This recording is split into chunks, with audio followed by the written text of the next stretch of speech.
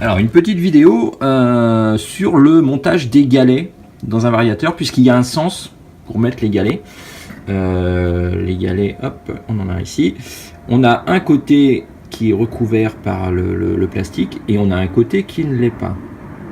Et donc quand on va mettre ça dans le variateur, et bien suivant le sens dans lequel on va mettre dedans, on aura un effet qui va fonctionner ou pas. Alors le variateur, une fois qu'il est en place, je recule un peu, il tourne dans ce sens-là. Donc ça veut dire, concrètement si je le retourne, que c'est ces parties-là, celles qui sont ici, qui viennent appuyer sur le galet.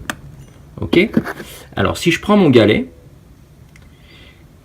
il va rentrer dans la gorge à cet endroit-là, et le galet glisse comme ça dans le variateur.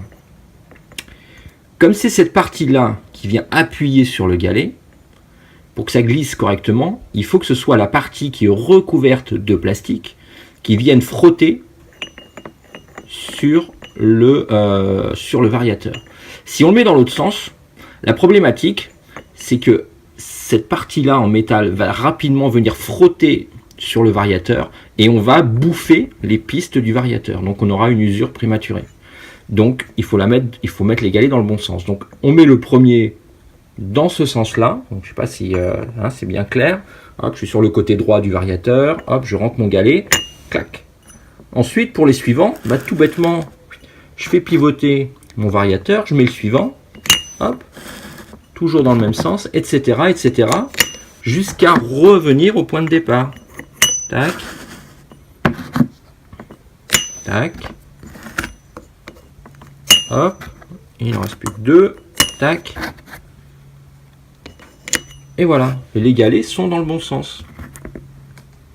Ok. Et alors si là j'ai des galets ronds. Hop. Tac. Il y en a qui est parti. Alors là j'avais mis des galets ronds. Et si j'avais des galets Dr Poulet, donc des galets à cam, le principe est exactement le même. Et il faut juste s'assurer que la partie plate ici, celle qui est repérée par un petit trait, soit contre le canon du variateur. Voilà.